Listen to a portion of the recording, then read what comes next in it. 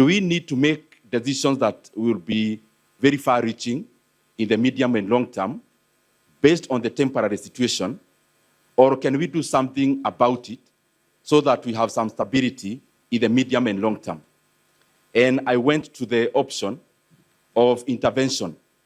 Interventionist meaning that we do something as Kenya so that we can arrest the future instabilities in terms of all the other parameters of the economy.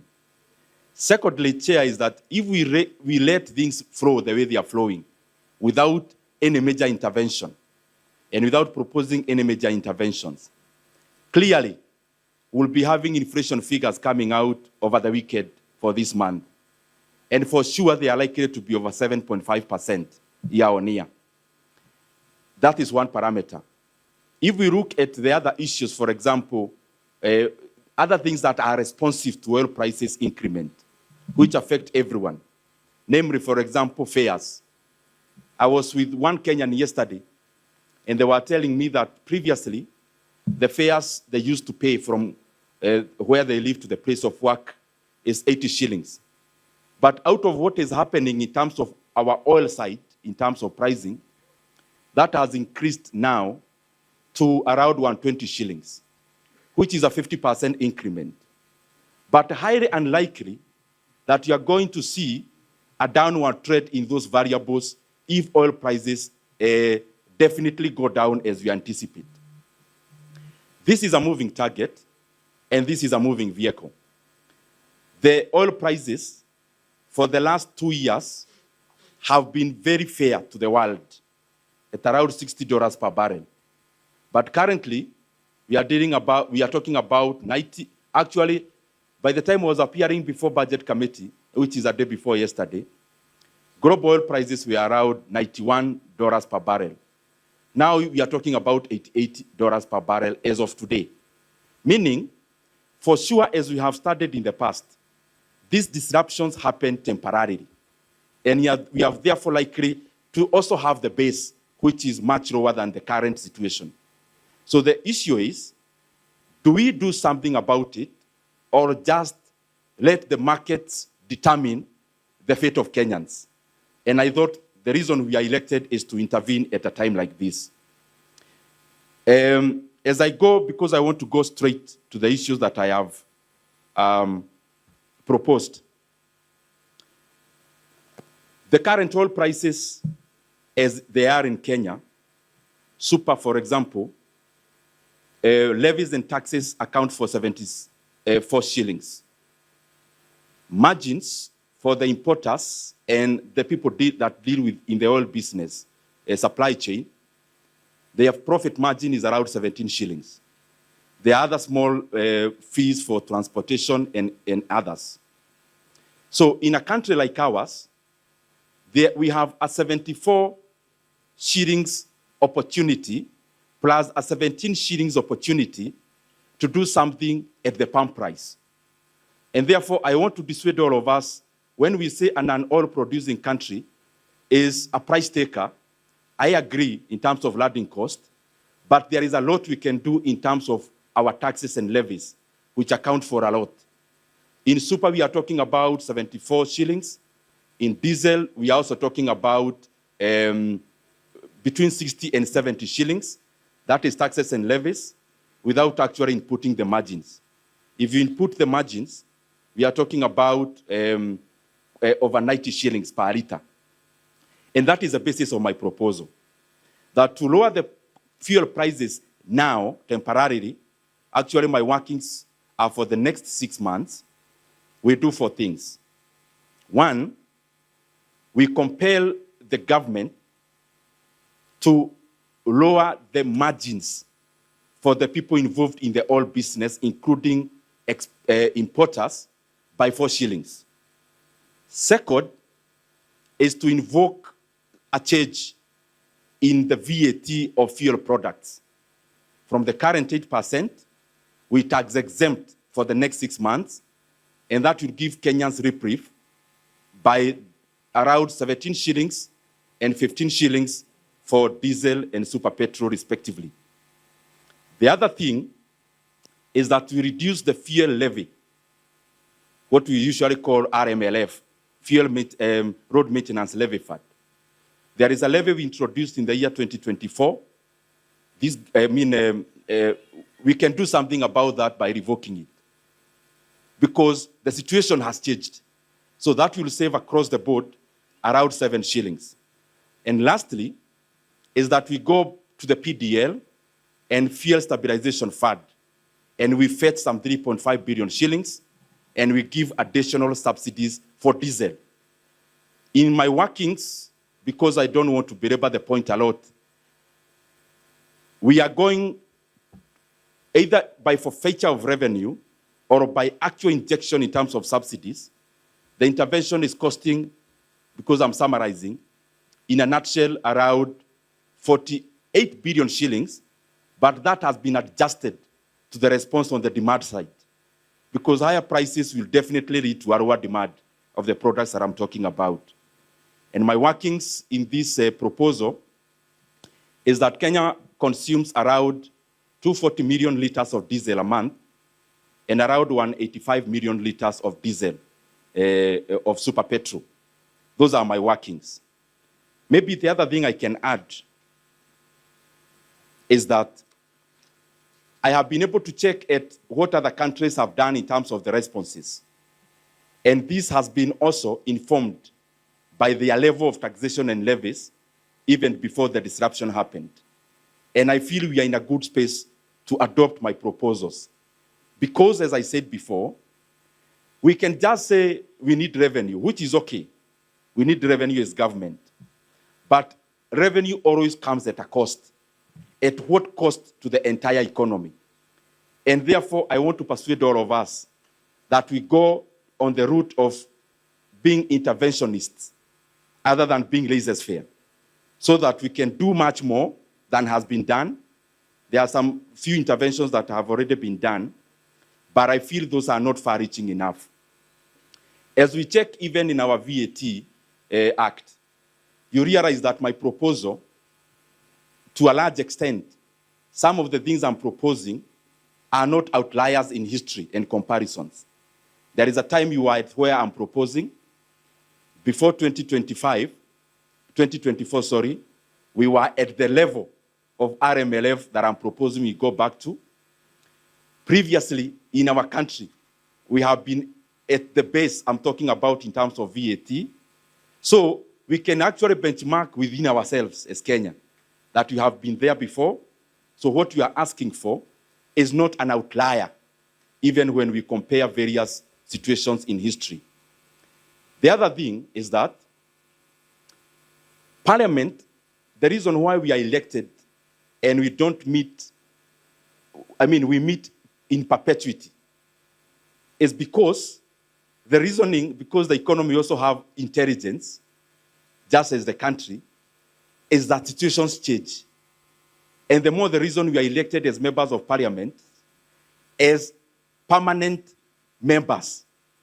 Permanent means in the term of 5 years, we don't meet, let's say, once a year.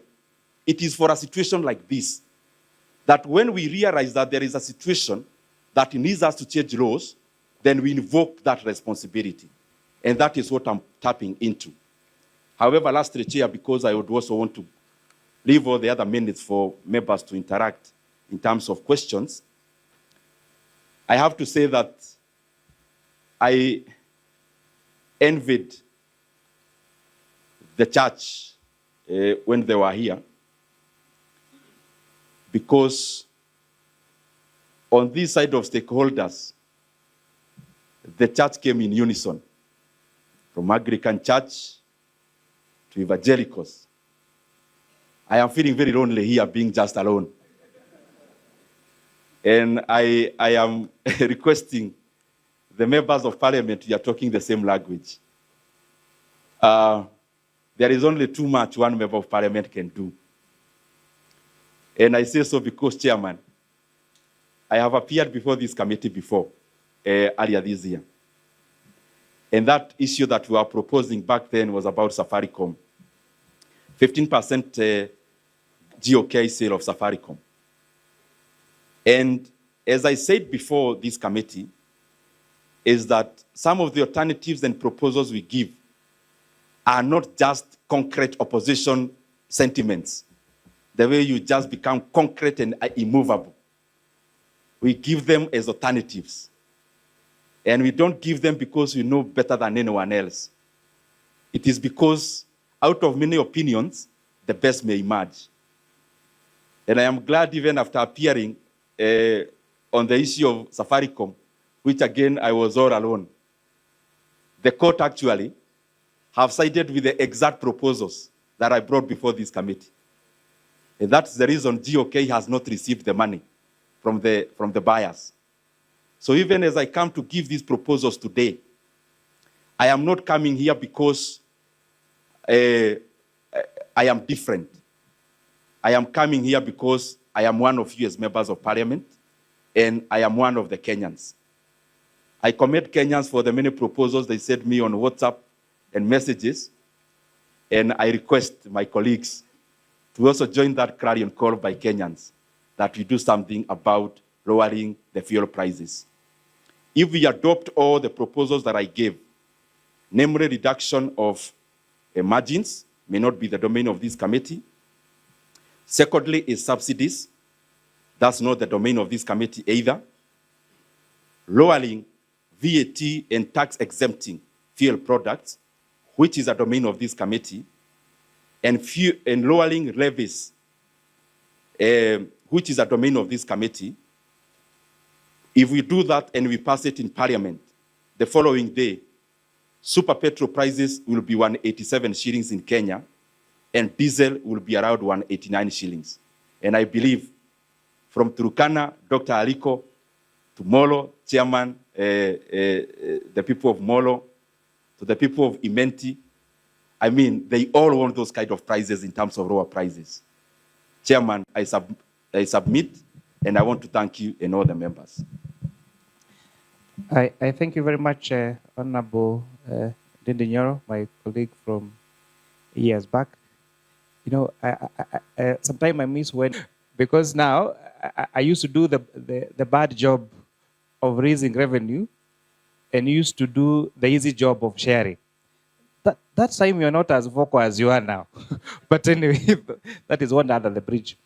So we have agreed, you know, at least you have the advantage of presenting at the floor of the House. So we've agreed with members that we will minimize the interactions so that we can actually debate and give this opportunity to stakeholders that will not have a chance to speak this at the floor of the House. But I would like to just say two things that you may not have mentioned. The RMLF that you're posing to reduce, I want you to pull up that schedule of RMLF. So it's important that Kenyans know this levy that we call RMLF, what does it go to do? This is the money that goes to repair our rural roads across the country.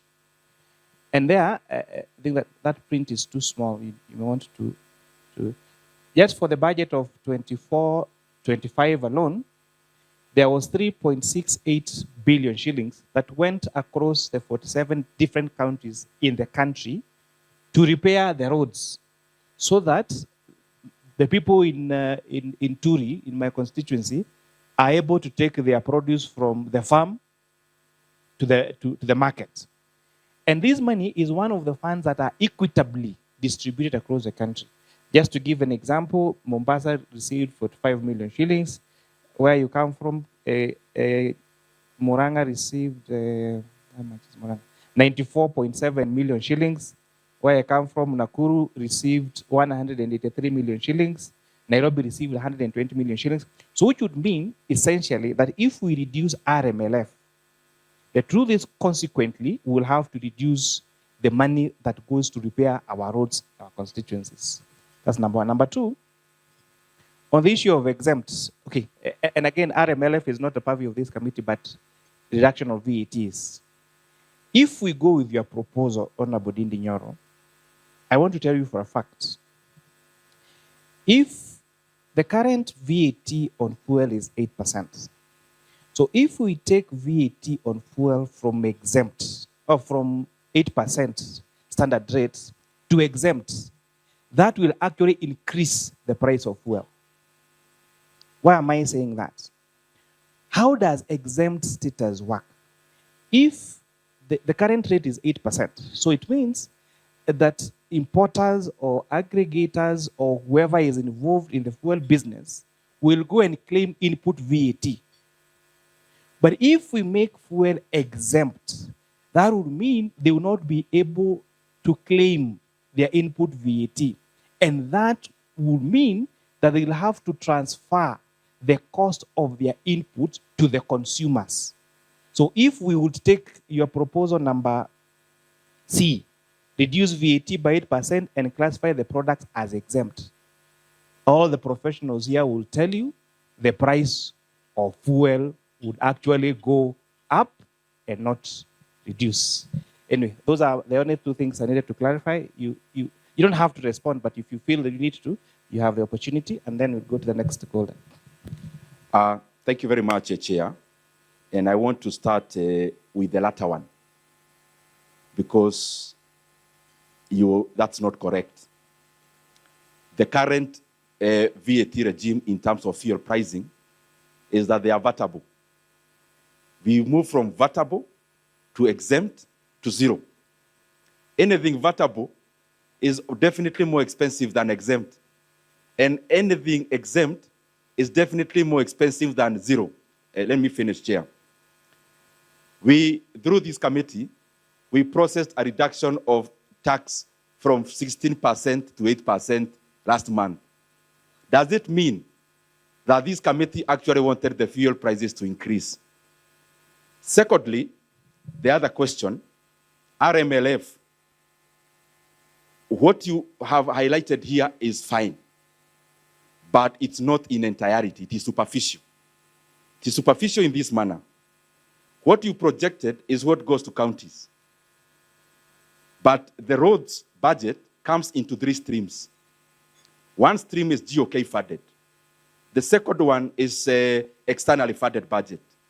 The third one is recurrent. And recurrent is basically what we call RMLF.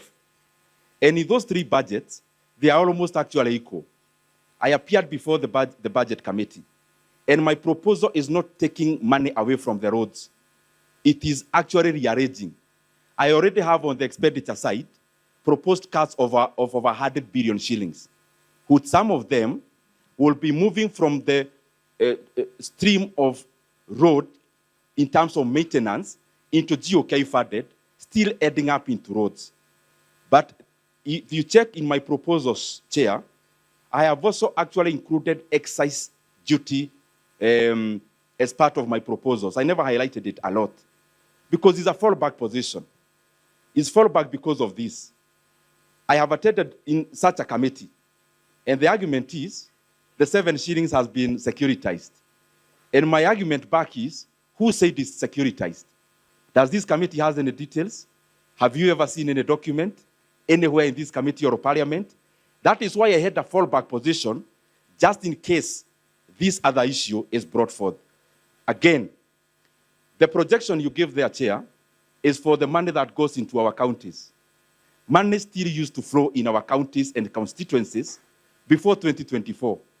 Remember, I'm not scrapping RMLF. I'm only reducing by 7 shillings, going to what was there in the year 2024. And after reduction, we'll be adding on the other side of GOK funded budget.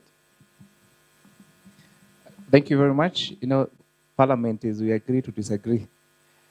And now I want to persuade you, if you strongly feel that the reduction in the budget that you have submitted to the budget committee, that once the debate comes to Parliament, you'll be able to convince the rest of your colleagues, the rest of us, to agree with your proposals. But we thank you for taking your time to come and present for this committee and doing the presentation that you've done.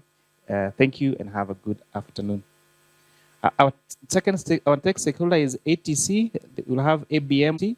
I'm told you'll be presenting jointly as PwC. Please, you have the floor.